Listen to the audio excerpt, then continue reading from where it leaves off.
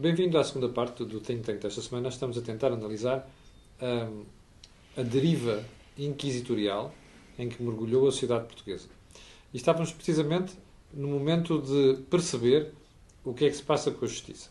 E, sobretudo, se todos estes processos que têm estado a ser criados, ou melhor, levantados, mas depois não chegam ao fim, não é uma forma de esconder as sombras, como dizia o Joaquim Aguiar. Mas há bocado o Jorge colocava uma questão muito interessante. Afinal, quem é que está a esconder o quê, Joaquim? Quem é que pensaria que um presidente americano atacava os seus serviços de segurança e de informação, Sim.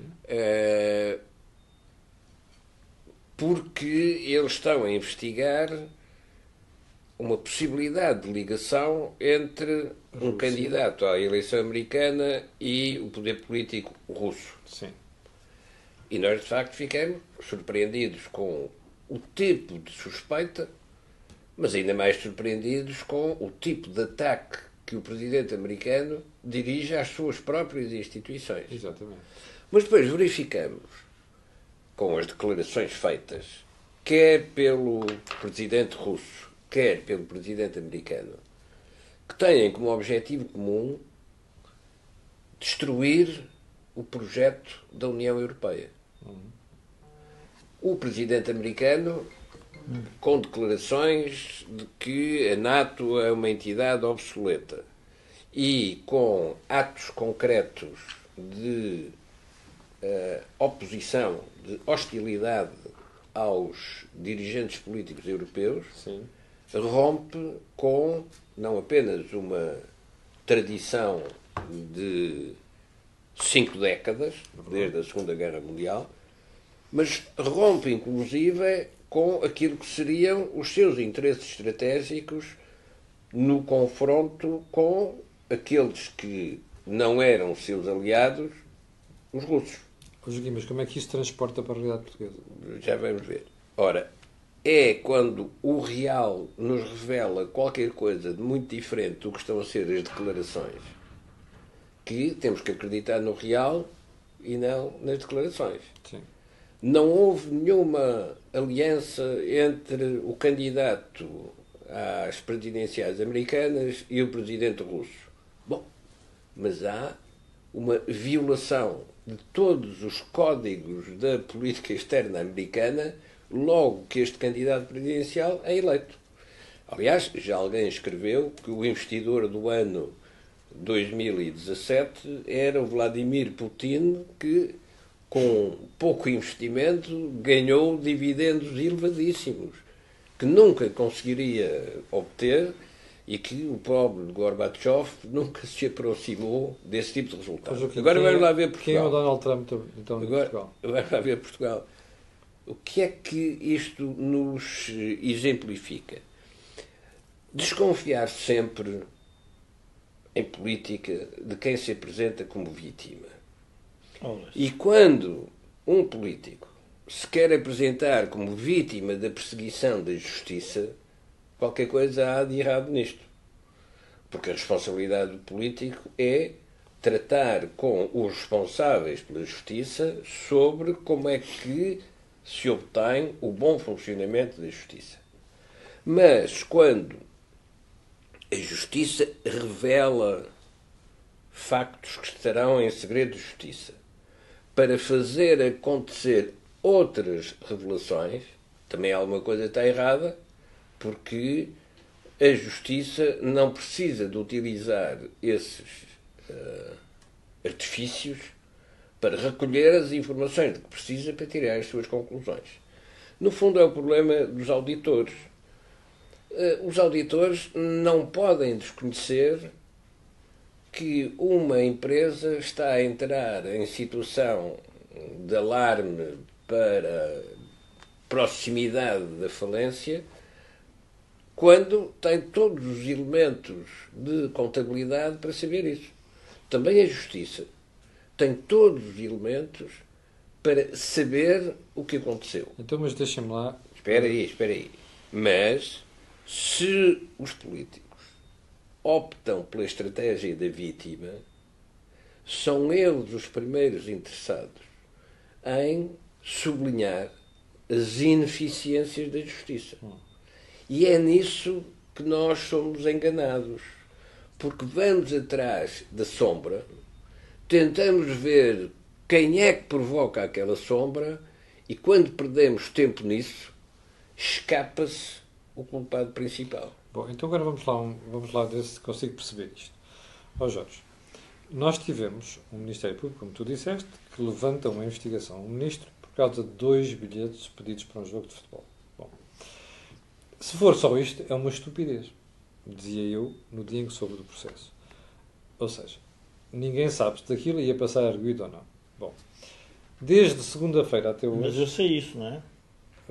Mas desde segunda-feira até hoje, afinal, o Ministério Público vem dizer que o Ministro não é arguido e arquiva o processo. Mas é... Bom, isto é um exemplo de como é que uma agenda de justiça pode interferir na política. Mas seria a agenda da justiça? Ou melhor, ou seria a agenda de outros que já sabiam que iam ser acusados e que tentaram uma operação de diversão?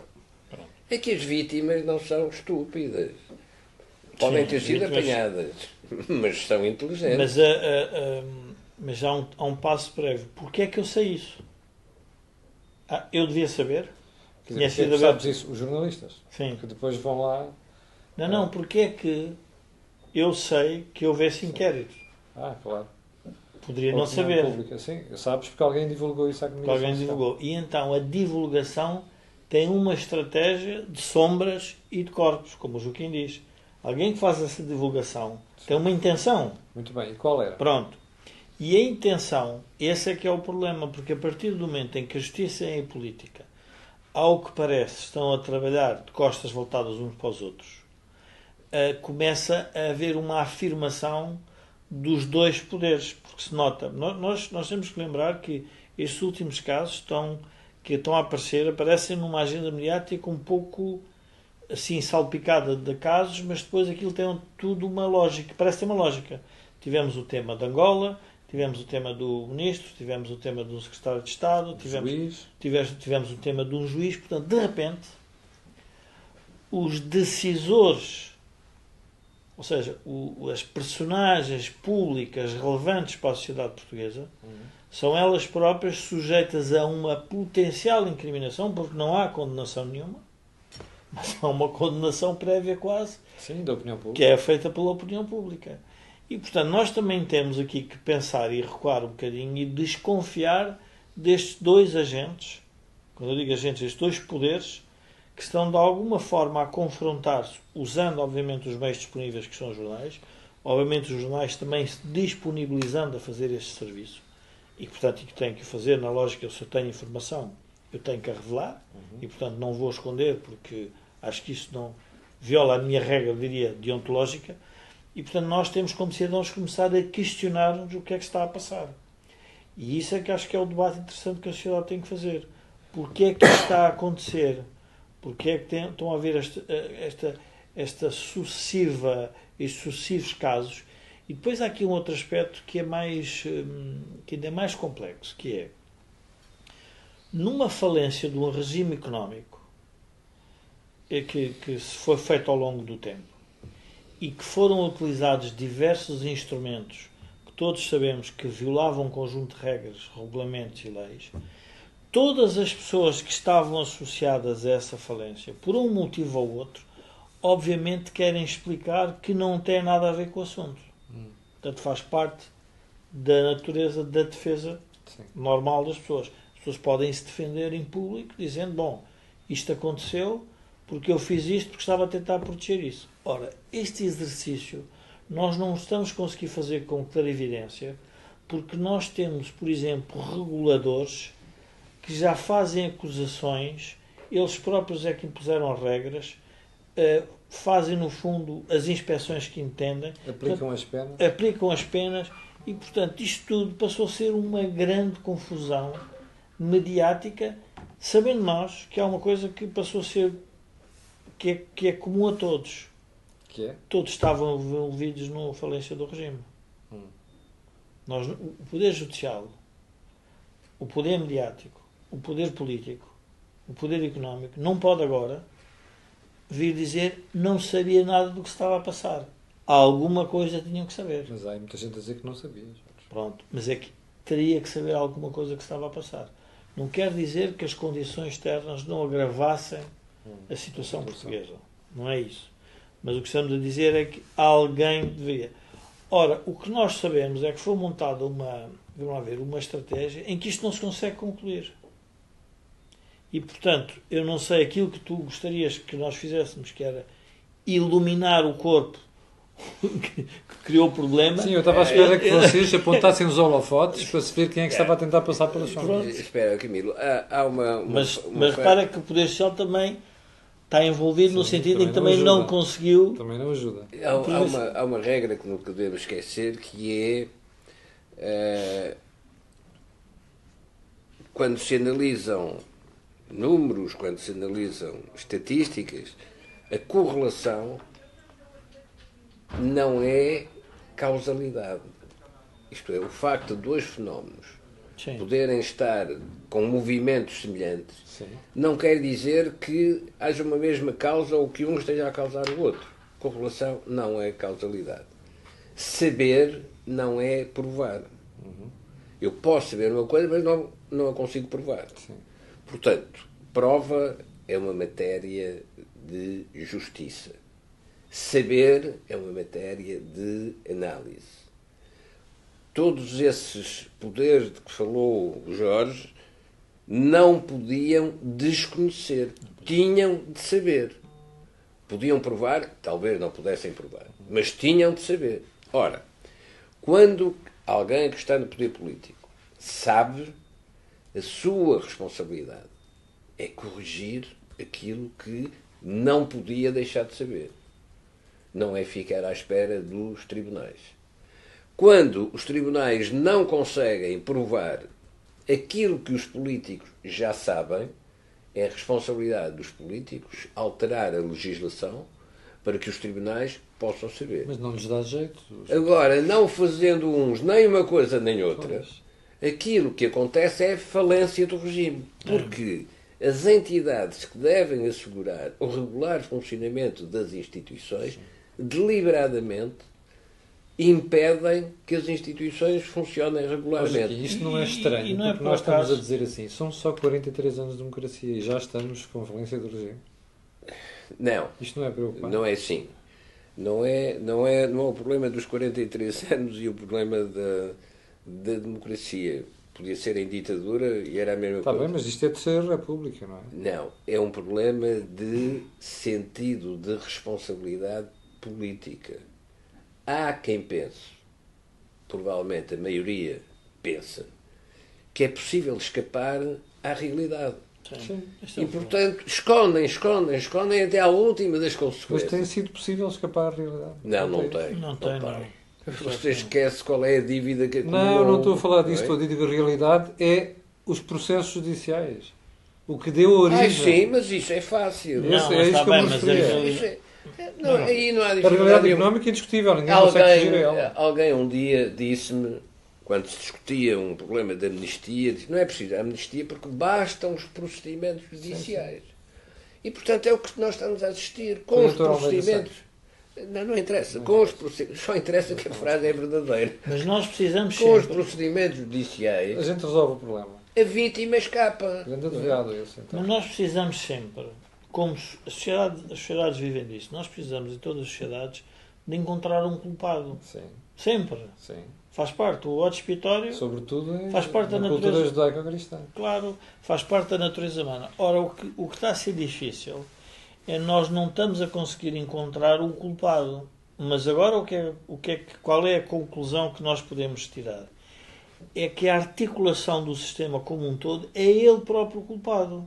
Porque nós temos que nos lembrar que esta crise política, esta crise económica, passou por cima do escrutínio do Presidentes da República, Assembleias da República, Bancos Centrais, auditores, bancos tudo. Locais, passou ao lado de toda a gente. Então, mas então o que é que se passou? O que se passou foi uma situação excepcional. Um apagão coletivo. Um apagão coletivo. Não é o apagão coletivo, não é essa a questão. A questão é que não se percebeu qual era a dimensão do problema que se estava a gerar. Mas não se podia não pensar que o problema não estava a existir. Pois, por isso eu estou a dizer que foi um apagão coletivo. Já agora, como é que vocês acham que isto vai terminar tudo? Como sempre acontece com o nevoeiro, ou aparece o Dom Sebastião, ou vem o sol e acaba o nevoeiro. Até hoje não apareceu o Dom Sebastião. Sim. Nem aparece, já não temos essa capacidade. Aliás, o primeiro também não apareceu. É verdade. Não é? Bom, agora o sol é que aparece. Sim. E quando o sol aparece, o nevoeiro deixa de existir. Sim. E nessa altura vemos aquilo que estava escondido pelo nevoeiro. Mas vamos mesmo ver, Jorge? Mas sabemos, e nós já sabemos o que é que vamos ver. É que, ainda por cima, todas estas artifícios de circulações de capitais por vias e canais ilegítimos, ou de apropriação de rendimentos por comercialização da política, todas essas operações são, afinal, operações de péssima qualidade, sem remuneração adequada, e a única coisa que verdadeiramente é punição máxima é a vergonha que devem sentir aqueles que são acusados disso. Porque, afinal, nem isso souberam fazer. Sim. Sim, mas também temos que olhar para a nossa... para a idiosincrasia portuguesa, que é, no fundo, nós não estamos a negar a morte. Ou seja, nós não enterramos... Sim, as pessoas vivem com isso. Pronto, nós não enterramos o problema e, portanto, não fizemos o funeral. Estamos a, portanto, de alguma forma, a tratar do tal corpo. Sim. Que está para ali e que está a incomodar. O corpo está a incomodar, porque ele aparece, ele vai saltando, o problema daqui e da acolá. Porque, no fundo, depois nós percebemos uma certa ligação que existia entre as coisas. E, portanto, alguém vai ter que fazer nascer o sol, e, portanto, esse vai ser o tema central. Eu não sei quem vai fazer nascer o sol, mas dava jeito que surgisse o sol. Mas já uma reflexão final que eu gostava de deixar aqui. Nós somos uma cidade que está sempre a queixar-se. Ou queixa-se no 8, ou queixa-se no 80. E o que me faz uma extrema impressão é ver que há poucos anos dizíamos que não se fazia nada, não se havia processos, não havia investigações, e de repente, quando começa a aparecer, a reação é exatamente oposta. Bem, é Portugal, como dizia há bocado o Jorge Morrão. Nós vamos ficar por aqui, segunda parte do Think Tank desta semana, onde estivemos a analisar o modo inquisitorial da sociedade portuguesa atual. Quero agradecer a todos que estiveram desse lado, particularmente àqueles que estão a ver da Austrália, da Bélgica, do Canadá e de outros países, da Suíça também, e que têm aqui a amabilidade de nos acompanhar. Só mesmo para o final, vou-lhe pedir por um gosto e fazer partilha nas redes sociais. Obrigado. Por mim, até amanhã às 8 da manhã. Quanto a si, Think Tank, voltamos a ver-nos na próxima semana, à quinta-feira, à mesma hora.